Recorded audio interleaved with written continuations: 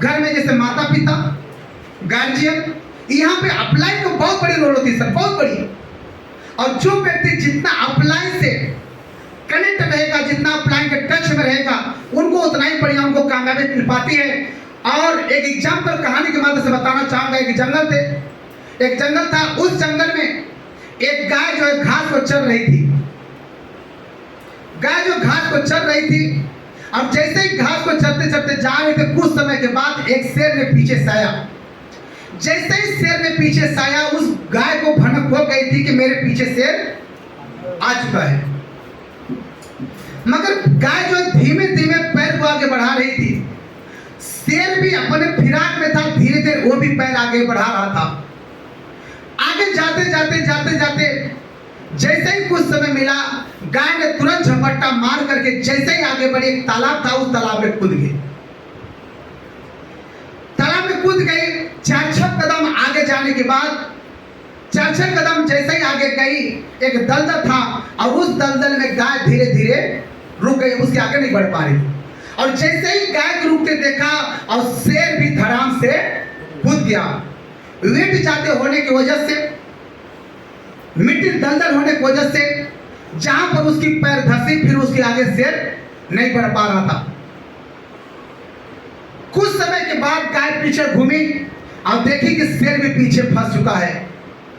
उस समय गाय ने बोली कि ऐसे आप अपने आप को बहुत ताकतवर बनते हो, आप अपने आप को बहुत समझ में आता है कि हम इस शेर के, इस जंगल के शेर हैं, मगर आपको कोई मालिक है, कोई गार्जियन है, कोई अपलाइन है, कोई गुरु है कि नहीं है? देखिए, हमको शाम तक ढूंढते ढूंढते मेरा मालिक जरूर आएगा। और पता चला कि शाम होते होते उसको जिसका गाय था ढूंढते ढूंढते पहुंचा, पता चला गाय वहां पर दलदल में फंसी है। अब उस गाय को निकाला गया, मगर शेर को कोई निकालने वाला नहीं था। तब वो गाय ने उनको बताया कि आपके जीवन में कोई न कोई गार्जियन, कोई न कोई गुरु, कोई न कोई अपलाइन जरूर ऐसा होना चाहिए कि जब भी आप स्थिति परिस्थिति में फंसे, उस टाइम आपकी अपलाइन आपको खींच कर आगे निकाले।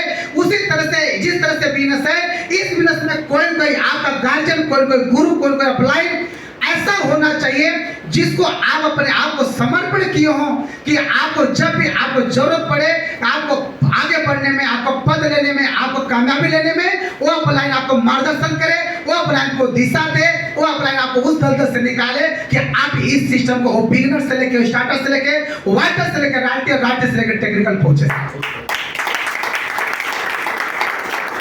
बहुत महत्वपूर्ण चीज है।